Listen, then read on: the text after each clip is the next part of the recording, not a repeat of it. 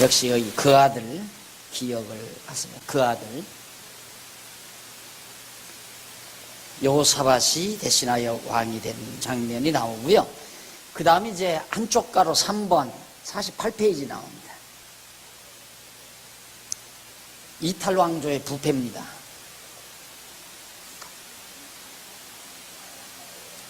이탈 왕조의 부패. 자, 우리가 조금 기왕 했으니까 조금 정리하고 넘어가십시다. 2247페이지 2247페이지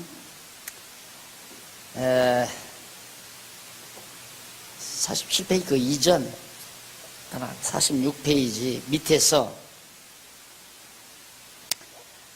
밑에서 세 번째 줄 뒷부분에 보시면 이러한 역사적 사실은, 여기서 이러한 역사적 사실은 지금까지 르호보암이 이제 여로보암과 르호보암이 나라를 분열해서 북이스라엘도 타락하고 남쪽 유다도 타락해서 이제 여호사밧이 왕이 될 때까지의 이 역사, 이러한 역사적 사실은 일찍이 여호와께서 모세에게 너는 너의 열조와 함께 자려니와 이 백성은 들어가 거할 그 땅에서 일어나서 이방신들을 음란히 쫓아 나를 버리며 내가 그들과 세운 언약을 어길 것이라. 신명기 31장 16절에 나오죠. 자, 그럼 모세는 모세의 때고, 여기서 여기가 500년 정도가 된다고 그랬어요. 여기가 한 500년. 다윗 이전 500여 년 전 모세가 이스라엘 백성들을 애굽에서 구출해 내오면서 모압 평지에서 모세가 하나님의 말씀을 듣고 언약을 해요. 모세 언약이라고 하죠. 모세 언약. 여기는 이제 아브라함 언약. 아브라함 언약, 모세 언약. 근데 모세가 뭐라고 언약하냐면 너희들이 이 가나안 땅 들어가서 이쯤 들어왔잖아요. 모세가 이제 40년 동안 광야했다가 들어와가지고 여기서도 계속 우상 섬겼죠. 사사시대에 계속 우상 섬기고 하나님 저버리고 자기들을 속이는 오른 대로 살고, 여기서도 지금 우상 섬기잖아요. 계속 우상 섬겼잖아요. 이렇게 우상을 섬기는 모든 것들이 모세를 통해서 하나님이 언약대로 된 거라 이 말이에요. 언약대로. 하나님이 언약을 하셨는데 그 언약대로 그대로 우상 섬기며 살게 된 것이다. 자, 이런 게 이제 이해가 안 가는 거예요. 물론 이런 것들이 이제 이해 간다고 하는 것은 보편적인 우리 인간의 사고를 뛰어넘어서 생각을 해야, 전체를 조명해야 그래야 보일 수 있는 문제들이에요. 어떻게 하나님이 우상 섬기도록 다 작정해 놓고 작정대로 우상 섬길 걸 언약해 놓고 언약대로 우상을 섬기게 하시느냐 이 말이에요. 그래 놓고는 또 왜 우상 섬기느냐고 또 야단을 치시고, 이것이 이제 보편적인 사람들에게서 납득이 안 가니까 많은 어려움이 생기는 거죠. 신학을 공부하는 분들이. 그런 것들은 오물오물. 그러니까 아예 이런 얘기를 하지 않고요. 또 모세가 이렇게 언약대로 이렇게 되졌다 이런 얘기하면 왜 그렇게 했어요? 그러면 나도 몰라 해야 되잖아요. 그러니까 찾지도 못할 뿐만 아니라 별로 신경도 안 써요. 이런 거. 이게 굉장히 중요한 것들인데, 이런 것들. 그럼 보세요. 바로 그 뒤에 나와야죠. 그 문제가. 왜 하나님께서 그렇게 이제 일어나 이방신들을 음란히 쫓아 나를 버리며 내가 그들과 세운 언약을 어길 것이라. 47페이지 상반에 나오죠. 언약하신 말씀을 이루시는 계시섭니이다. 이 역사섭리란 모세에게 언약대로 이루시기 위해서 하나님이 이렇게 섭리한 거다. 그러면 이는 하나님께서 긍휼을 베풀어 주시려고 모든 사람을 순종치 아니하는 가운데 가두어 두시는 섭리에 대한 예표로서의 모형과 그림자다. 자, 보세요. 하나님이 왜 모세에게 언약해서 언약대로 우상 섬기며 살게 했는가? 이게 다 우상 섬기며 사는 게 불순종 아니에요? 불순종. 그럼 하나님이 불순종 가운데 왜 인간들을 이렇게 왜 불순종 가운데 다 가두어둡니까? 불순종. 로마서 사도 바울이 로마서에서 밝히죠. 그렇게 불순종 가운데, 순종치 아니하는 가운데 가두어두시는 섭리에 대한 예표다. 그럼 불순종을 왜? 긍휼을 베푸시려고, 긍휼을 베풀어 주시려고 불순종 가운데 가두어두신다. 네. 탕자를 내보내서 아버지를 떠나 살게 하는 이유는 아버지가 이 다음 탕자가 돌아왔을 때 긍휼을 베풀기 위해서 탕자를 내보내는 거다. 이해가 가죠? 네. 탕자 그냥 데리고 있으면 긍휼을 베풀어도 긍휼로 여기지를 않아요. 당연한 거지. 아버지가 예를 들어서 아버지나 어머니가 탕자라는 녀석이 이제 집안에 살 때 찬바람이 들어오니까 아버지가 쓱 한번 자식들 자는 방 이렇게 둘러보니까 이불을 걷어치고 잔다 이 말이에요.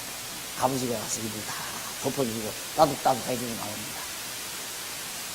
또 아침이 되니까 따뜻한 밥 해서 먹여줍니다. 또 내의가 약하니까 따뜻한 내의를 사서 입혀줍니다. 그걸 사서 주는 걸 보고 우리 아버지 고맙다 이런 생각할 놈의 자식 하나도 없어요. 다 당연한 거야. 그건. 전부 다 당연한 거죠. 당연한 건데 왜 이런 거 샀어요? 좀 더 좋은 거 사지요. 그러면 그랬지, 야 우리 아버지 고맙다 우리 엄마 고맙다 이럴 자식 하나도 없답니다. 그러니까 아버지가 내보내는 거예요. 나가서 네 혼자 한번 살아봐라. 배도 골아보고 헐벗어도 보고 천대도 받아보고. 이제 완전히 거지가 돼가지고 살 길이 없으니까 아버지 곁에 돌아오면서 아들놈은 무슨 생각하면서 돌아와요? 나 가봤댔자 아들 안 살아볼 거다. 나 가면 이제 아버지한테 혼난다. 그 생각만 하고 올 거라 이 말입니다. 그럼 이거 어떻게 해요? 아버지가 그냥 끌어안아버리잖아. 목욕시키고 금가락 시켜주고 잔치 베푸고. 그때야 아버지 사랑이 감동했던 거예요. 하나님이 그래서 그러는 거예요. 이게 이때부터 하나님 아브라함 선택해서 이게 다 사랑하기 때문에 지금 인도에 가는 거거든요. 근데 아버지 사랑 몰라요. 하나님이 자기를 사랑했다고 생각 안 하는 거예요. 그러니까 자꾸 중간중간 아버지 사랑을 하나님의 사랑을 잊어버리고 헛된 상관하고.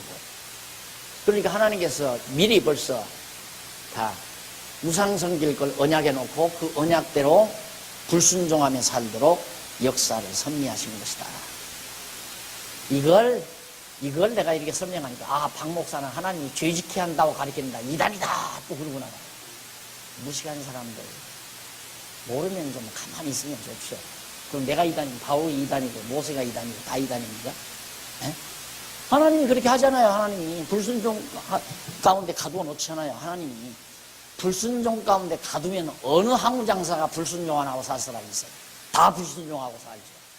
불순종 가운데 가뒀으니까 거기는 불순종하며 살 수밖에 없는 거예요. 바울이 그러면 이단이 바울이 불순종 가운데 가두어 두셨다고 그랬는데 이걸 알아야 신학이 터져요. 이런 놀라운 하나님의 섭리를 알아야 하나님이 어떠한 분이신가가 확실하게 드러나요. 안 그러면 만날 죄지면 망한다. 착한 일에 하나님 복된다. 이 말밖에는 못하는 거예요. 늘 그 얘기밖에는 못하는 거예요. 그래도 어디 그래요? 북도 우상 섬기고 남쪽도 우상 섬기고 살잖아요. 그런데 남쪽은 여전히 잘 되잖아요. 북쪽은 이제 혁명이 일어나요. 망해요. 이것이 하나님의 정하신 뜻대로 되어지는 것이다. 그러면서 그거에 대한 그림자인데 거기 보면 위에서 네 번째 줄 중간 47페이지 위에서 네 번째 중간 그리고 다윗 왕가가 계승된 것은 일찍이 여호와께서 모세를 통하여 이스라엘 자손에게 나를 사랑하고 내 계명을 지키는 자에게는 천대까지 은혜를 베푸시느니라고 언약하신 말씀을 비롯해서 선지자 나단을 통하여 다윗에게 네 집과 네 나라가 내 앞에서 영원히 보존되고 네 위가 영원히 견고하리라. 사무엘 하 7장 16절. 언약하신 말씀을 이루어 주시는 계승. 이러한 역사 섭리는 예수 그리스도의 영원한 왕권에 대한 예표로서의 모형과 그림입니다. 그러니까 다윗 왕가가 계속 유지되는 것은 만왕의 왕이신 그리스도의 왕, 하나님의 나라가 영원히 지속될 것에 대한 하나의 모형과 그림자다 그 말이에요. 아까 조금 제가 말씀드렸죠. 그 모세에게 한 말씀, 유명한 십계명 주기 전에 하는 말입니다. 나를 사랑하고 내 계명을 지키는 자에게는 1000대까지 은혜를 베푸시느니라.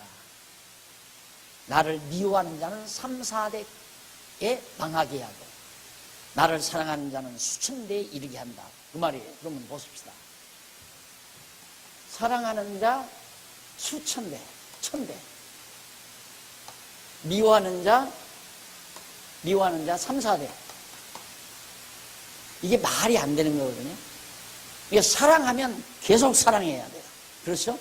사랑하다가 미워하면 3, 4대에 망해버리니까 끝나는 거죠.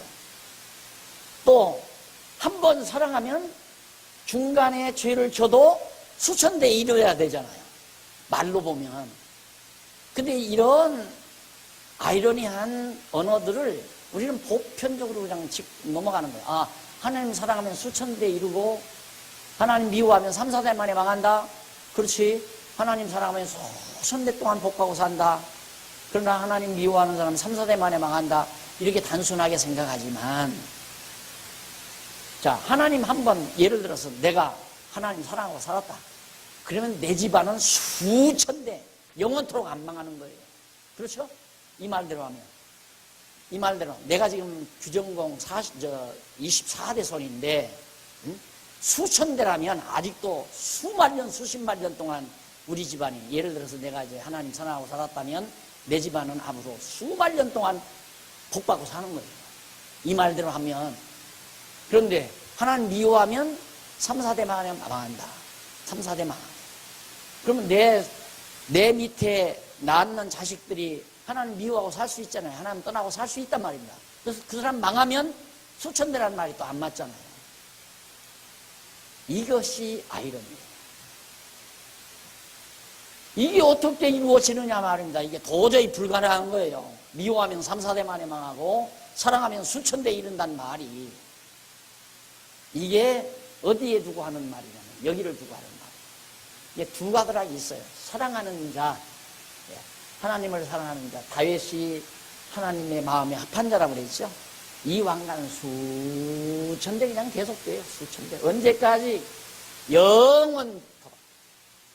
아브라함과 다윗의 자손 예수 그리스도의 세계가, 예수님이 다윗의 자손 아니에요. 수천 대. 그 아들이 왕되고 그 아들이 왕되고 그 아들이 왕되고 계속 그 아들이 왕되다가 다윗의 아들 예수 그리스도가 만왕의 왕으로 오셔서 그리스도를 머리로 한 주님의 몸된 교회가 하나님의 나라로 세워져서 그 나라가 영원한 나라로 이어지니까 수천 대죠. 영원토록이란 말이에요. 수천 대라는 말은 영원토록. 그러나 미워하는 자 누구예요? 여러분이죠. 여러분. 부모로 갔잖아요.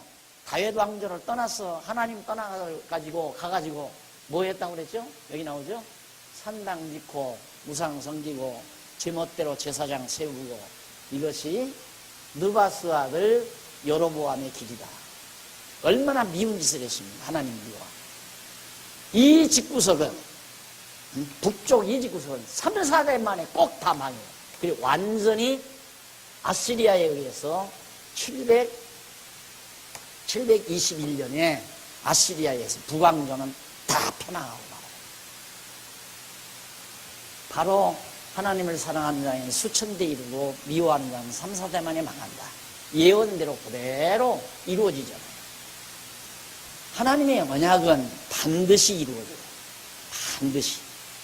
그래서 지금 그 언약을 이루시기 위해서 이처럼 역사를 하나님 여기까지, 여호사밧까지 역사를 이끌어 오셨다. 그건 지금 중간 총정리를 제가 해드린 겁니다. 그리고 이제 이쪽 47페이지 중간에 보면 줄바꾼 데 나오죠. 여기서 지금까지, 이건 큰 묶음이에요. 첫 번째 묶음이 줄바꾼 데, 열왕기상 14장 21절로 15장 24절, 오늘 공부한 부분이죠. 그걸 총정리해 놓고 넘어갑니다. 그 다음에 이제 한쪽 가로 3번 이탈왕조의 부패 15장 25절로 16장까지 48페이지 2248페이지 한쪽 가로 3번 이탈왕조의 부패. 이탈왕조란 다윗 왕조를 이탈해 갔다 이 말이에요. 이 왕조 부패하죠. 남쪽 왕조도 부패했지만 북쪽 왕조도 부패한다 이 말이에요. 우선 나답과 바사의 부패죠. 아까 말씀드렸죠. 여로보암의 아들 나답, 나답의 아들 바사.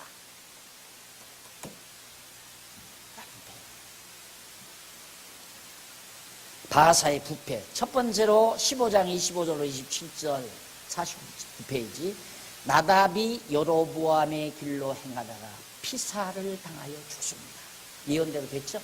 네? 사내 자식 다 죽는다고 했잖아요. 유다에서 온 하나님의 사람이 여로보암의 부인에게 아들 살겠는가 죽겠는가 알아보러 왔던 부인에게 당신 집안의 사내 자식 다 죽는다. 여로보암의 길로 행하다가 모든 길로 느바스의 아들 여로보암의 길로 행하다가 여기는 간단하게 여로보암의 길로 행한다고 그러니까 이걸 모르면 여로보암의 길이 무슨 길인가 모르잖아요. 그래서 이걸 꼭 알아두어라. 여로보암의 길 나쁜 길입니다. 아주 나쁜 길이에요. 그것도 느바스의 아들 여로보암의 길 이거 꼭 잊어버리지 말고 기억하라. 그래서 계속 나온다. 계속 그 길로 살아요. 이게 북이스라엘. 그런데 나중에는 남쪽 유다도 그 짓을 해요. 그러면 죄져서 망했다면 북쪽도 죄졌기 때문에 망해야 되고 남쪽도 죄졌으니까 망해야 되잖아요. 안 망해요, 남쪽. 그런데 더 아이러니한 것은 북쪽 이스라엘의 죄보다도 남쪽 유다의 죄가 더 극심하다 했어요. 그런데 죄가 더 극심한 남쪽 유다는 안 망하고 덜 극심한 북쪽 이스라엘은 망한다는 말이에요. 네, 망한 이유가 죄에 있는 것이 아니라 하나님의 정하신 뜻, 언약에 달려있다. 다윗과의 언약, 유다에게 하신 언약, 그 언약의 말씀에 달려있다. 그러니까 유다지파에서 왕이 나와서 다윗 왕조가 영원하리라 했으니까 그 언약대로라면 다윗 왕조는 안 망해야 되잖아요. 그러니까 아무리 부패해도 다윗 왕조는 안 망해요. 그런데 이 왕조를 떠난 이들에게는 안 망한다는 언약이 없잖아요. 언약이 없으니까 죄가 덜해도 아시리아에 의해서, 아수르 제국에 의해서 완벽하게 3, 4대 만에 막 피바다가 이루어지고 피 흘림이 이루어지고 그러다가 결국 마지막에 최종적으로 주전 721년에 다 망해버리는 거예요. 자, 그래서 여로보암의 길로 나답 아들 녀석이 저 아버지 길로 행하다가 피살당해서 죽고 그 다음에 28절로 32절 50페이지에 보시면 2250페이지 나답을 죽인 바사가 왕이 되어 여로보암 집을 멸합니다. 자, 나답을 누가 죽였는가? 바사가 죽여요. 그럼 바사는 딴 집안이죠? 여로보암의 집안이 아니에요. 이 녀석이 혁명을 일으킨 거예요. 나답을 죽여버리고 자기가 왕이 된 거예요. 자기가. 그래서 이제 바사가 왕위에 자기 선왕 여로보암의 아들을 죽이고 왕위에 올라 바사가 24년간 악을 행해 여로보암의 길로 행했다. 자, 아까 여호사밧이 아사가 아니 여호사밧 아사인가요? 아사가 41년 통치했다고 그랬죠. 아사와 바사 사이 이게 이제 만나는 거예요. 북쪽 바사와 남쪽 아사. 이게 항상 구분이 되도록 한번 집에서 여러분들이 도표를 직접 그려보시면 확실하게 아니까. 그래서 만나가지고 항상 여기에 서로 대치 국면이 이루어져서 전쟁이 벌어진단 말입니다. 아사 때의 전쟁. 그래서 아사가 아람을 의지하고 북이스라엘을 쳤던 그런 사건이 일어나게 되죠. 아사가 24년간 상당히 긴 기간이죠. 악을 행하여 어떤 악을 여로보암의 길로 제일 초대 왕 여로보암의 길, 느바스의 아들 여로보암의 길로 역시 그 길에서 살아왔다. 16장 1절로 4절 에후가 여호와의 말씀으로 바사를 책망하며 저주를 합니다. 에후가 바사가 여로보암의 길로 행하니까 죄를 책망해요. 책망하면서 하는데 거기 한번 읽어보십시다. 1절 여호와의 말씀이 하나님의 사람 에후 선지자죠. 에후에게 임하여 바사를 꾸짖어 가라사대 내가 너를 진토에서 들어 나의 백성 이스라엘 위의 주권자가 되게 하였거늘 네가 여로보암의 길로 행하며 내 백성 이스라엘로 범죄케 하여 저희 죄로 나의 노를 격동하였은즉 내가 너 바사와 네 집을 쓸어버려. 바사 네 집구석 다 쓸어버리겠다. 네 집으로 느밧의 아들 여로보암의 집같이 되게 하리니 바사에게 속한 자가 성읍에서 죽은즉 개가 먹고 들에서 죽은즉 공중 새가 먹으리라. 얼마나 무서운 저주입니까? 네 집안도 다 망한다. 그러니까 여로보암의 집안이 망한 것처럼 네 집안도 앞으로 망한다. 바사 아들이 왕 돼도 필요 없어요. 망해요. 비참하게 다 죽어서 시신이 땅에 묻히지도 못하고 들깨들이 다 뜯어먹고 공중의 새들이 다 쪼아먹어버리고 만다. 결국 5절로 8절에 보니까 저주를 받아서 바사가 죽고 그 아들 엘라가 왕이 됩니다. 엘라. 그 아들이 됐죠. 잠시 한 3, 4대는 가요. 여기는 2대 가고 한 3, 4대씩 가요. 가다가 망하고 이게 3, 4대. 하나님을 미워하는 자는 3, 4대 만에 망한다. 그럼 여기는 하나님 안 미워했나? 그러니까 아이러니가 이 말입니다. 한 줄로 한 계통으로만 생각하면 이 말이 성립이 안 돼요. 도저히 성립이 안 돼요. 왜? 다윗은 하나님 사랑해서 수천 대 이르러야 되는데 보니까 르호보암이 못된 짓하고 그 다음 아비야도 못된 짓하고 요사밧도 예를 들어서 우상 성지고 그러면 이러면 망해야 될 거 아니에요. 3, 4대 만에. 그러면 다윗과의 언약이 안 이루어지죠. 그렇잖아요. 그런데 이 사랑하는 자에게 수천 대 이른다는 말이 다윗이 여호와의 하나님의 마음에 합한 자고 하나님을 사랑하고 솔로몬이 성전을 짓고 제사하고 이렇게 산 이 후손은 수천 대에 이르러서 영원토록 만왕의 왕으로 다스리게 되지만은 여기서 이탈한 하나님을 미워하는 여로보암 왕가는 3, 4대 만에 다 망해버리고 만다. 그러니까 말씀이 이루어집니다. 그래서 하나님 말씀이랍니다. 그냥 할 수 있는 거예요. 그것도 그렇죠.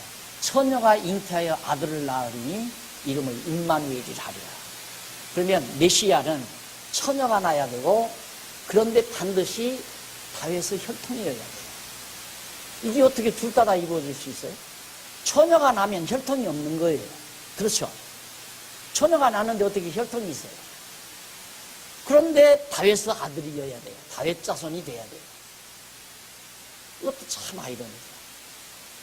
그런데 놀랍게 다윗은 예수가 요셉을 통해서 다윗 집안의 혈통으로 등록이 돼요.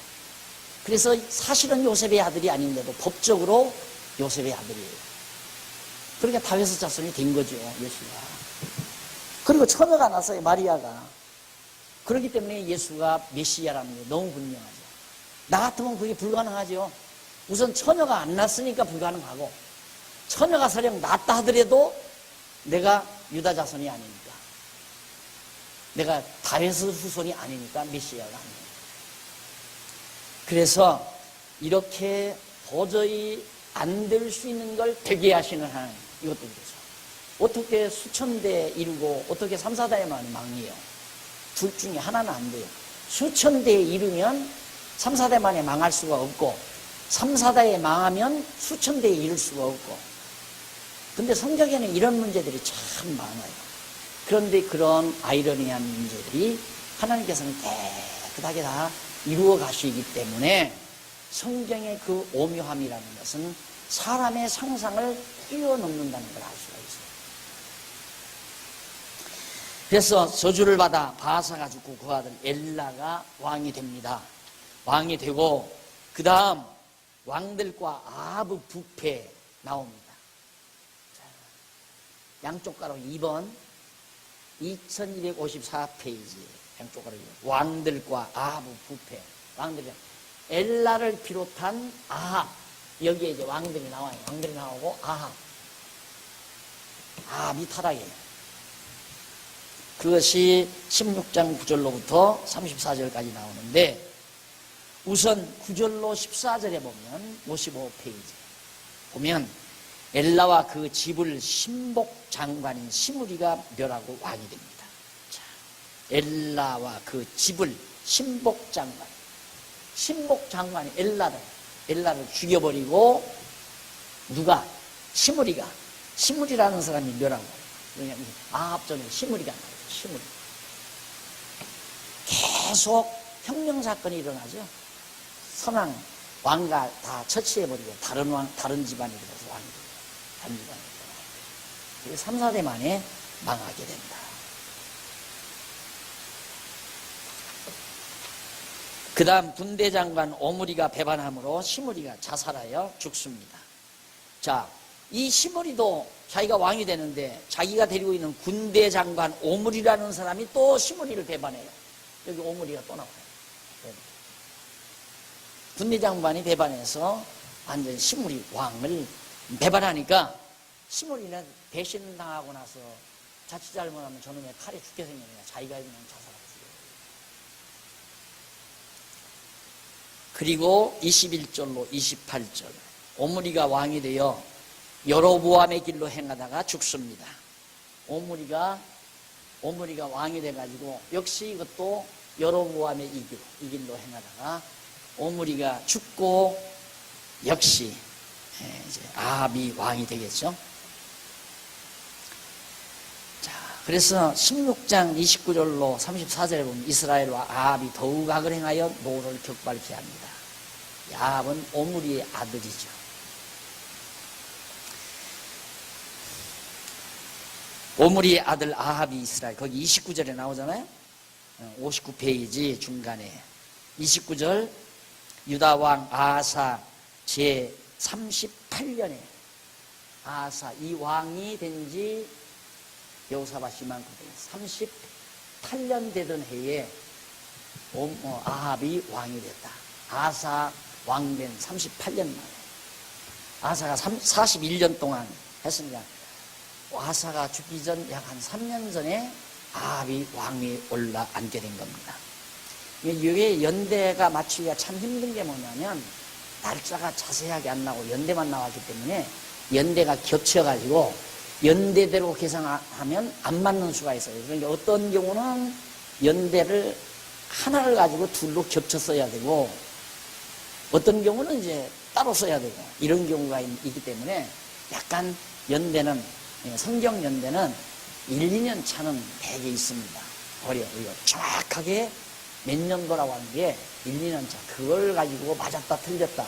예를 들어서 여기도 아수르가 북이스라엘을 멸망시켰을 때가 721년이라고 하기도 하고 722년이라고 하고, 그 다음 남쪽 유다가 바벨론에게 포로 잡혀있는 587년이라고 하도 오고 586년이라고도 하고, 이런 연도차는 뭐 따지지 말아요. 그거 따지면 바본으로 가는 거니까. 그 무렵이로구나 이렇게 생각하면 되는 겁니다. 학자마다 조금씩 이렇게 달리 발표하는 거니까 그건 별로 큰 문제가 되지는 않아요. 그 다음 이제 더욱 이스라엘 왕 아합이 더욱 악을 행하여 노를 격발케 했다. 하나님은 노를. 그런데 얼마나 이 아합이 고약하게 그러는가 한번 29절, 유다 왕 아하사 제38년 오므리의 아들 아합이 이스라엘 왕이 되니라. 오므리의 아들 아합이 사마리아에서 22년을 이스라엘을 다스리니라.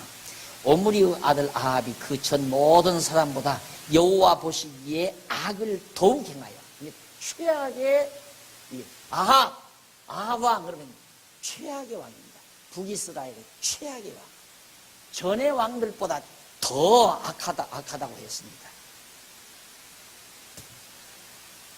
느바세의 아들 여로보암의 죄를 따라 행하는 것을 오히려 가볍게 여기며 시돈 사람의 왕 엘바르 딸 이세벨로 아내를 삼고 가서 바알을 섬겨 숭배하고, 이게 바로 정략결혼이죠. 시돈이라는 그 도시국가와 하나의 우방관계를 맺고, 그래서 그 집 그 시돈의 왕 딸을 이제 이 아합이 자기 아내로 데려다가 사니까 사위가 다스리는 나라를 장인이 칠 수 있겠어요? 그러니까 그렇게 해서 이제 평화를 유지하는 옛날 방식의 생활. 이제 바알을 위하여 단을 쌓으며 또 아세라 목상을 만들었으니 저는 죄송합니다. 이세벨로 아내를 삼고 이방 여자 아내 삼은 것도 죄고 바알을 섬겨 숭배하고 그것도 죄고 사마리아에 건축한 바알의 신당 역시 죄고 단을 쌓는 것도 죄고 아세라 목상을 만든 것도 죄고 저는 그 전의 모든 이스라엘 왕보다 심히 이스라엘 하나님 여호와의 노를 격발하였더라.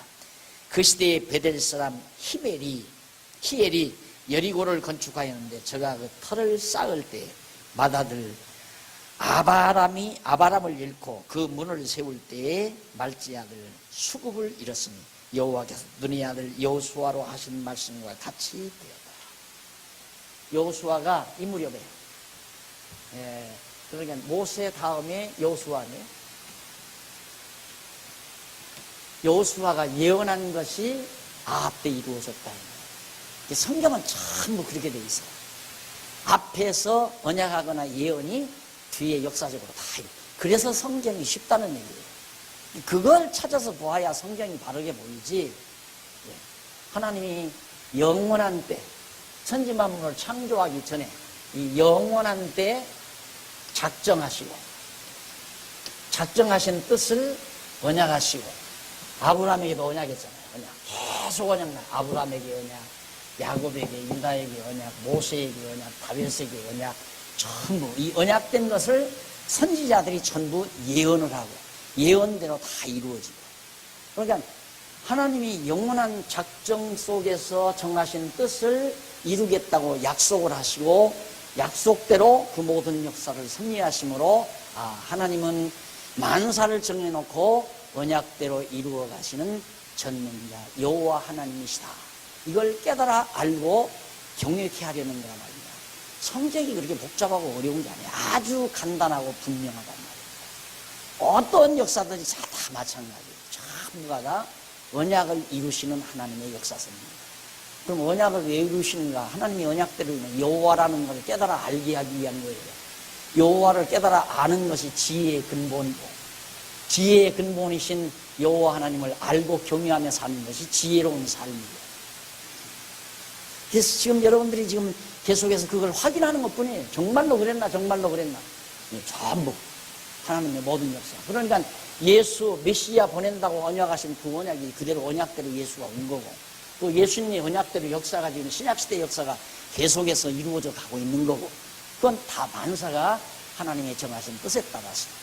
그래서 난 장로교 목사라서 그러는 게 아니라 장로교 신앙만이 정통신학이에요. 장로교의 정통신학이라는 건 하나님의 작정과 예정을 믿어야 그게 장로교 정통신학자예요. 그런데 어디 지금 한국의 장로교가 천지가 장로교지만 하나님의 작정과 예정 말하는 교회 있습니까? 신학교 가서도 말 못하게 해요, 교수들이. 함부로 예정론 가르치지 말라. 나는 그래서 역으로 대학원 졸업할 때 기독교 예정론을 그래서 쓴 거예요. 한번 해보자. 왜 이걸 못 가르치게 하는가. 그 예정론 썼더니만 그래도 패스는 시키면서 교수가 그랬더라고요. 아카데믹하지를 못하더라. 학술적이지를 못하다. 이런 소리예요. 예정론 이게 이제 학술적이란 과학적이란 말은 이렇게 하나님 증빙한 데는 하나님의 존재를 전제하고 말하면 안 되죠.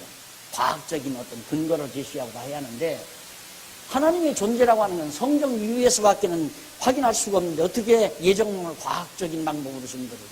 과학적 방법으로 증거하려면 성경 다 논해야죠. 성경 66권 전부 다 논하고 나서 이론적으로 정리하고 나서 기독교 예정론 말하면 과학적이죠. 그런데 대학원 논문 하나 쓰는데 이 성경을 어떻게 지금도 내가 다 못 썼는데 안 그래요? 그럼 지금까지도 대학원 졸업 못한 거야.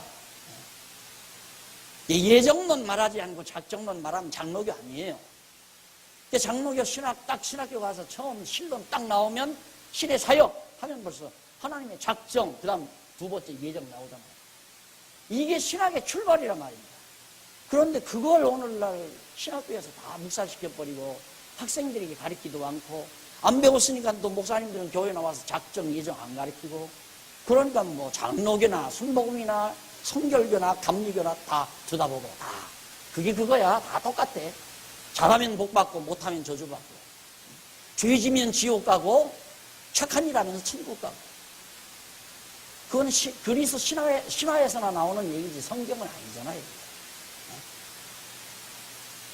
하나님은 철저히 영원전에 작정하신 뜻에 따라서 역사를 진행시켜 이 역사 섭리를 통하여 하나님 당신 살아계심을 확증해주고 살아계신 당신이 어떠한 분이신가를 우리들로 하여금 깨달아 알고 경외케 하려는 것. 그게 성경이에요. 여기에 무슨 성공 비결이 있는 것도 아니고 복받는 비결이 있는 것도 아니고.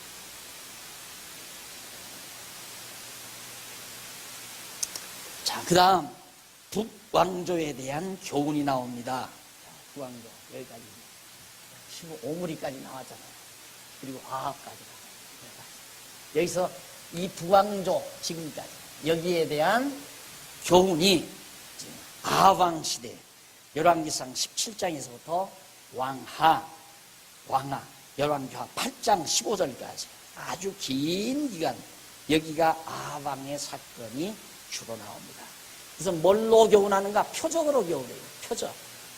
17장 19장에서 표적. 어떤 표적? 사르밧에서의 표적. 유명하죠? 사르밧 과부. 가루구서에서 가루가 마르지 않는 거. 가루가 다하지 않는 거. 자, 엘리야가 도망을 쳤어요. 언제입니까? 아합 왕 이 최고로 악한 놈의 왕 시대에 엘리야 선지자가 비 안 온다, 가문다, 이제 나라가 기근에 고통당할 것이다 그러니까 아합이 저놈 때려 죽여라 해가지고 엘리야를 죽이려고 드니까 엘리야가 도망쳤단 말입니다. 그런데 다른 선지자들은 전부 다 입이 돌아가가지고 가뭄 안 온다, 풍년 든다, 잘 먹고 잘 산다, 다 좋아하죠. 근데 바른 말하는 엘리야, 여러분 바른 말하고 사는 게 그게 쉽지 않은 거예요. 야, 과거나 예나 죽음 내들지 아니하면 못하는 거란 말입니다. 여러분 지금 하는 말도 내가 바른 말 아니에요? 작정 예정 가르치지 않으면 성경적인 장로교가 아니다. 또 작정 예정 가르치지 않으면 성경적인 다른 교회가 아니에요. 절대 아니라 이 말입니다. 그런데 나 좋아할 사람 누가 있어요? 이렇게 얘기하는 거예요. 당신도 맞고 나도 맞고 해나와야 좋지. 아니다라는데 좋아할 사람 없잖아요. 그러면 죽이려던 거야. 자꾸만 일하고 하면 자꾸만 하고. 그 말 듣기 좋은 사람이 어디 있어요? 한 번 태어난 세상 잘 먹고 잘 살아야 되겠는데 남들한테 미움받고 천대받으면서 이단 소리 들어가면서 하고 싶은 사람이 누가 있어요? 그래도 할 수밖에 없는 게 성경이니까.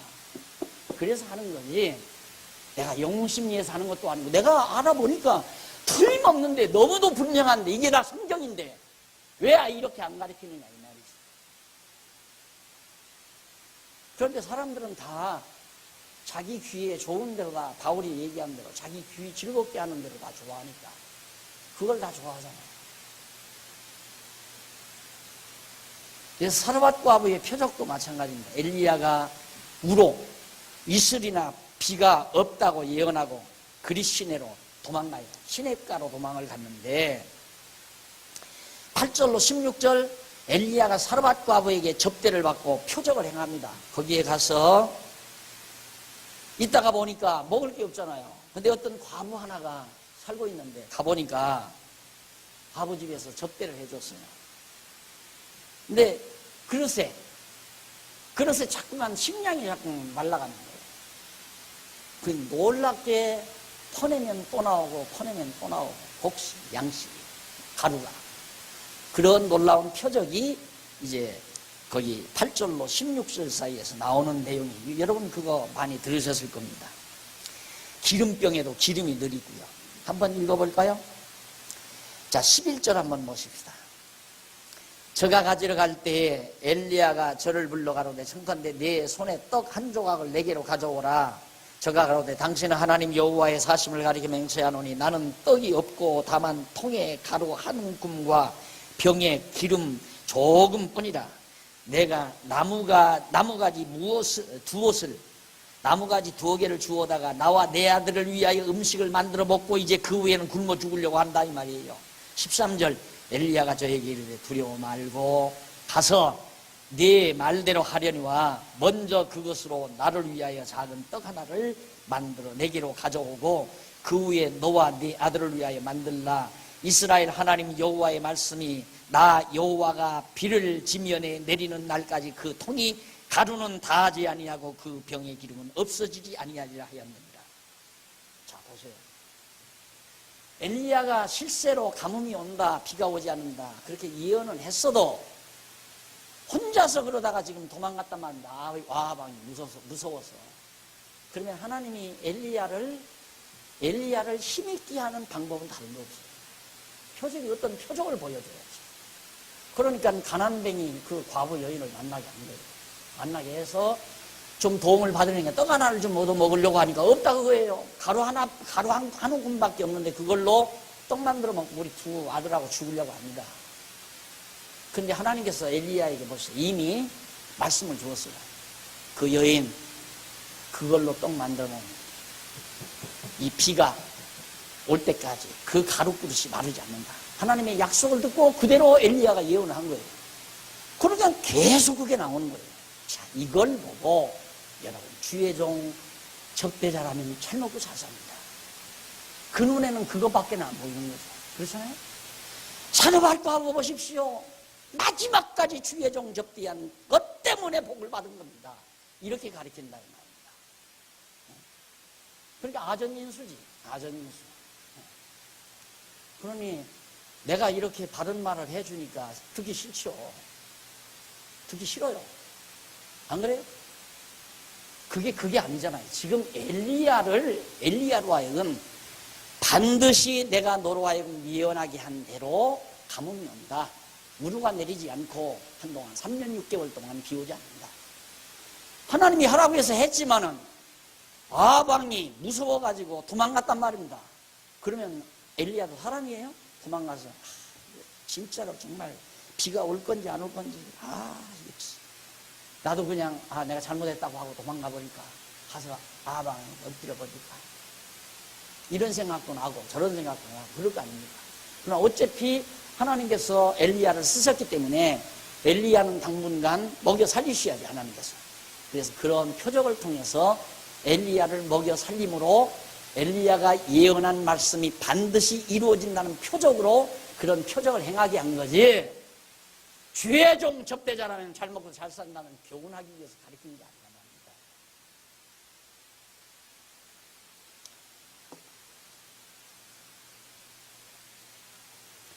이제 17장 17절로 24절 엘리야가 주모의 죽은 아들을 살려주는 표적, 또 해야 하잖아요. 죽은 주모. 하나님도 왜 또 하필 아들이 죽게 만들어요? 그것도 하나님이 표적을 드러내기 위해서. 그 표적이란 엘리야 선지자가 반드시 옳은 선지자다, 참 선지자라는 표적을. 그러니까 예수님도 선지자로 오셨죠? 선지자. 당신은 선지자로소이다. 우물가 수가성 여인이 그랬잖아요. 선지자예요. 메시아라고 하는 건, 그리스도는 선지직, 왕직, 제사장직 이 세 가지 직을 가지고 있습니다. 그래서 예수님이 표적을 행하는 거예요. 물 위로 걷기도 하고, 죽은 자 살리기도 하고, 눈먼 봉사 띄우기도 하고, 앉은 방이 걷기도 하고, 귀신을 내쫓기도 하고. 아무나 그렇게 하는 거 아니에요. 목사들이 그렇게 하는 것 또한 부흥사가 그렇게 하는 거 아니에요. 선지자라야 그렇게 하는 거예요. 메시아라야. 엘리야도 선지자, 하나님이 기름 부어 쓰신 선지자이기 때문에 그 표적, 그러니까 엘리야에게 표적을 행하는 것은 장차 메시아로 오실 그리스도가 표적을 행하실 것에 대한 하나의 언약이에요. 그래서 예수님이 오셔서 표적을 행하신 거란 말입니다. 그런데 지금도 자꾸 표적을 행한다고 자꾸만 하니까 답답해 죽겠죠. 그게 아닌데 지금은 표적은 없어요. 다만 있으면 은사를 통한 기적은 있어요. 그 은사를 통한 기적과 표적이 다른 건 뭐냐? 표적은 즉석에서 나타나요. 즉석에서. 예를 들어 가루 그릇이면 가루 그릇에서 가루 퍼내는데 또 가루가 또 나와요. 그런 건 지금 없어요. 어디가 있어요 그런 게. 그걸 갖다가 어느 권사님은 주의 종 처음 개척할 때 쌀한 말 갖다 놨더니만 그게 하나님의 축복이 돼가지고 지금까지 굶지 않고 잘 먹고 잘 산다 이거야. 그게 사르밧 과부의 그 기적이라 이거죠. 어떤 사람은 굶어 죽었나? 네? 어떤 사람은 굶어 죽었어요? 개척 당시에 목사한테 쌀한 말 안 갖다 준 사람은 다 굶어 죽었나요? 그런 엉터리 소리가 어디 있어요? 그러니까 표적이라고 하는 건 즉석에서 나타나요. 안전방위가 즉석에서 일어나고 10명의 문둥 환자가 안 믿은 사람이 많아요. 예수를 그리스도로 믿지 아니하는 사람. 그런데 10명 문둥 환자가 즉석에서 깨끗이 나와버려요. 믿든 안 믿든 관계없어요. 표적은. 그러나 은사에 따르는 기적은 믿어야 돼요. 그리고 즉석에서 안 나타나요. 점진적으로 나타나요.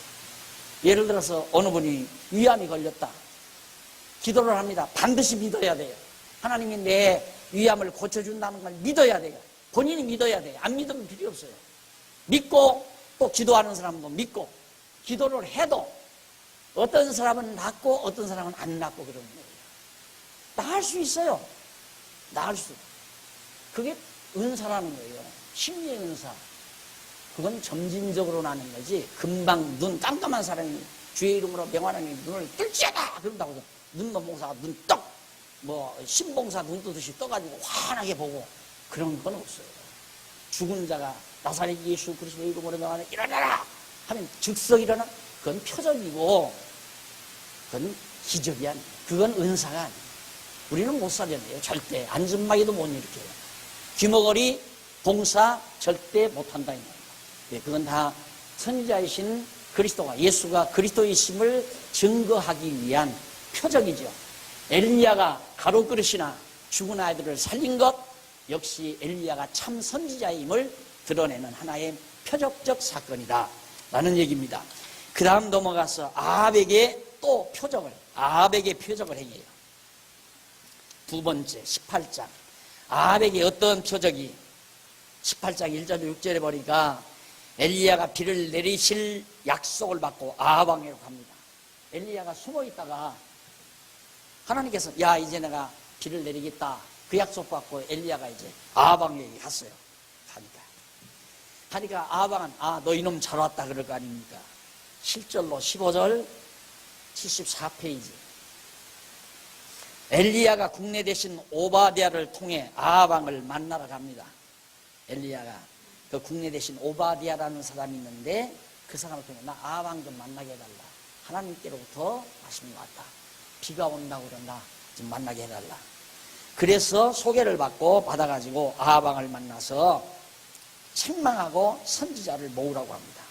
엘리야가 아합 왕을 만나면 아합 왕을 책망을 합니다. 왕을 책망해요. 그만큼 확신이 들어가는 거죠. 왜?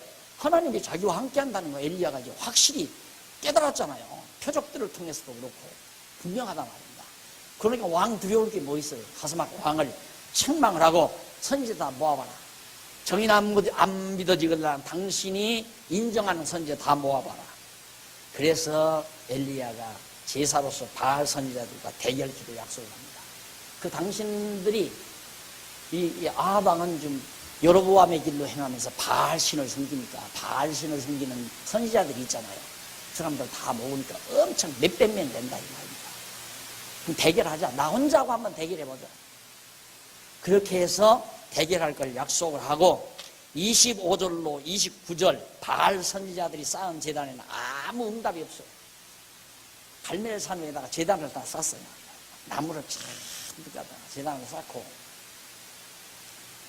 신에게 바알 신에게 구해서 비가 내려오게 하는 신이 참신이라고 우리가 정하잖아.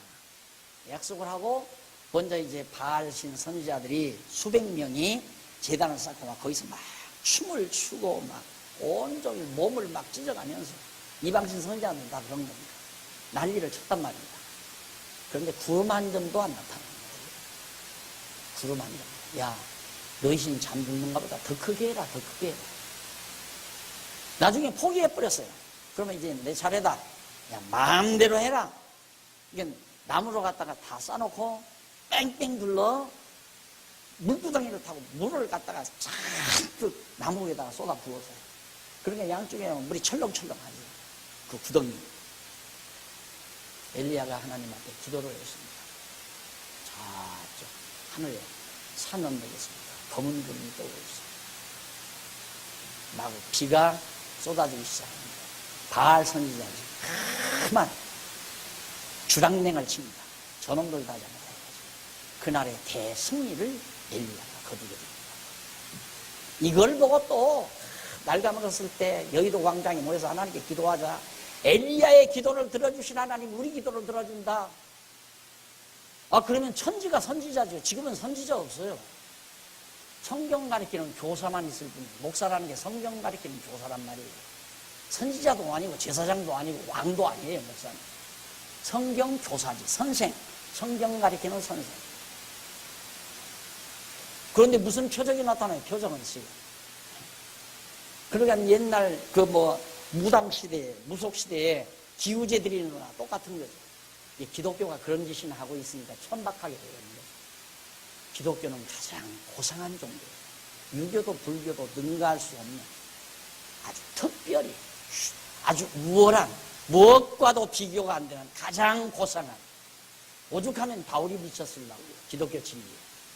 헤레니즘, 히브리즘 다 정통한 바울이 예수가 그리스도이심을 깨닫고 미쳐버렸잖아요. 그 진리에. 그래서 미치는 거지. 요즘 오순절 주의자들 말하듯이 광적으로 미치광이찌 돼서 미친 게 아니에요. 성경을 갖다가 이상하게 자꾸 꼬부라붙여서 자기들을 아전인식적으로 붙이지만 바울이 기독교 진리에 완전 매료된 사람입니다. 이 진리가 가장 고상함을 인하여 자기에게 유익했던 것 다 버릴 만큼 최고로 고상한 진리입니다. 어떻게 이렇게 고상한 기독교 진리가 천박한 오늘의 이 모습이 되졌는지 참 안타까울 일이지만은 기우제 드린다고 비우는 거 아니에요. 엘리야 시대에는 하나님께서 바로 지금 하나님의 약속을 이루어가기 위해서 이것도 다 모세 때에 다 언약된 거예요. 가뭄이 일어나서 다 메말라 죽고 기근이 오고 그런 게 다 하나님의 저주로 준다고 모세를 통해서 다 언약한 대로 다 임한 거란 말입니다.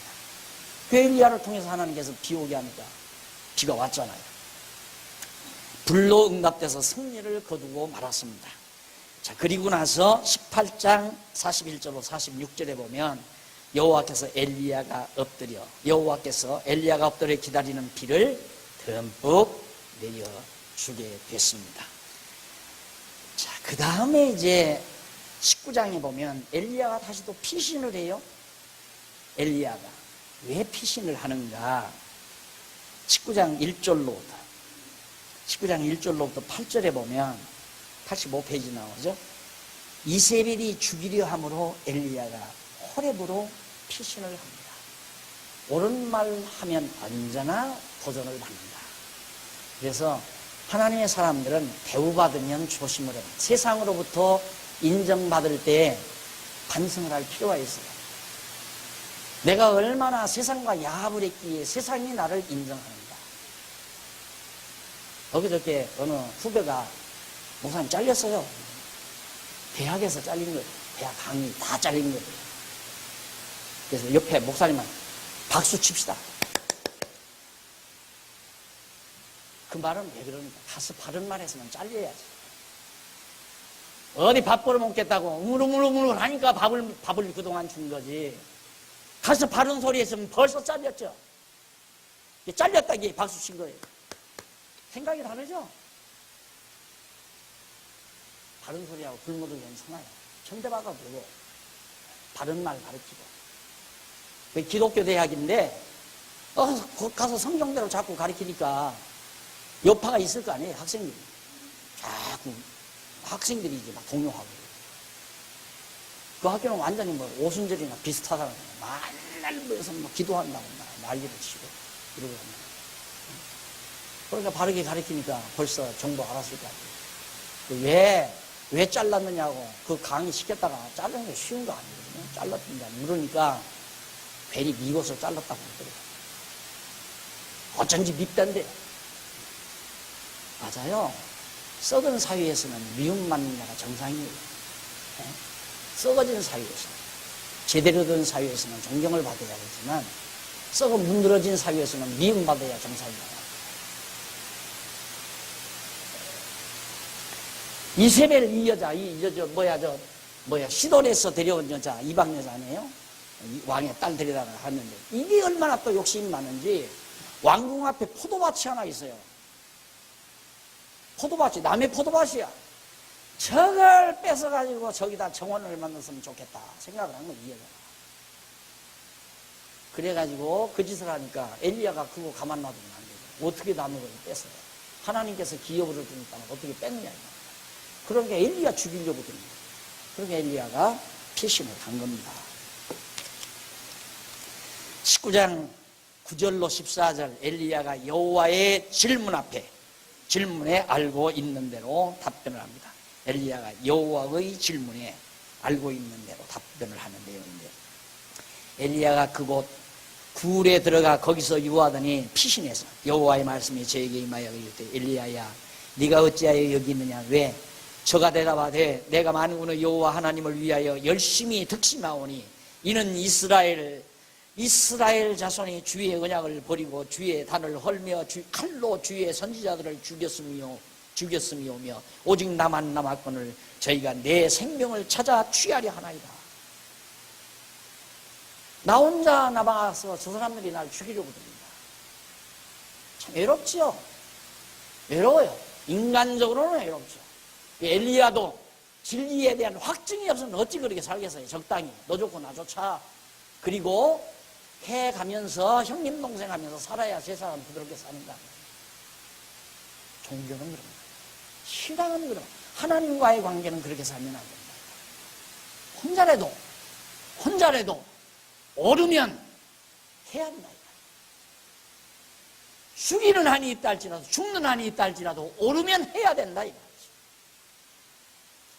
처음에 시비 걸렸을 때 날들어 선배 목사 그래요. 강 목사. 그렇게 사는 게 아니야. 뭐요? 형님은 그렇게 안 배웠어? 내가 그랬어. 형님도 신학교에서 그렇게 배웠잖아. 그러니까 목회는 배운 대로 하는 거 아니야. 선배들이 하라는 대로 하는 거야. 그렇게 해야 편안하다. 이게 또 어떤 장로는 와가지고 뭐라면 딱 봐서 볼이 굴러 떨어질 것 같으면 싹 피해서 이렇게 가는 겁니다.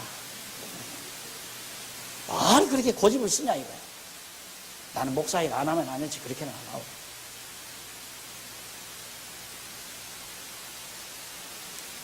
목사 왜 하는데요? 하나님 말씀 전하기 위해서 목사하는 거 아니에요?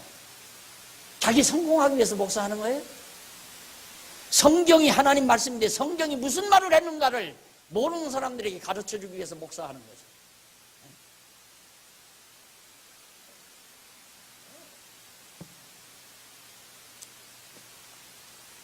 그래 하나님께서 엘리야의 말을 듣고 하는 얘기가 11절 여호와께서 가라사대 너는 나가서 여호와 앞에 산에 섰으라 하시더니 여호와께서 지나가시는데 여호와 앞에 크고 강한 바람이 산을 가르고 바위를 부수나 바람 가운데 여호와께서 계시지 아니하시며 바람 후에 지진이 있으나 지진 가운데도 여호와께서 계시지 아니하시며 또 지진 후에 불이 있으나 불 가운데도 여호와 계시지 아니하시더니 불 후에 세미한 소리가 있는지라. 엘리야가 듣고 겉옷으로 얼굴을 가리우고 나가 굴 어귀에 서매 소리가 있어 저에게 임하여 가라되 엘리야야 네가 어찌하여 여기 있느냐. 저가 대답하되 내가 만군의 여호와를 위하여 열심히 득심하오니 이는 이스라엘 자손이 주의 언약을 버리고 주의 단을 헐며 칼로 주의 선지자를 죽였음이오며 오직 나만 남았거늘 저희가 내 생명을 찾아 취하려 하기 때문에 내가 지금 이 굴 속에 와 있습니다 라고 답변을 했습니다. 어떻게 될까요? 다음 시간에 만납시다. 기도하십시다. 자비하신 아버지 하나님, 은혜와 사랑을 진심으로 감사합니다. 세상이 어둡습니다. 교회도 어두워져 갑니다. 하나님 아버지여, 빛 되신 진리의 빛을 비추시는 여호와 하나님을 우리들이 의지하기에 빛을 향해서 살고 싶은 뜨거운 열정 때문에 오늘 또 진리를 탐구하기 위해서 저희들 이처럼 모였사오니 하나님의 말씀으로 우리의 심령을 밝혀 주시고 하나님의 선하신 뜻을 바로 알아서 살아가는 슬기롭고 지혜로운 종들 되게 해 주시옵소서. 예수님 이름으로 기도드립니다.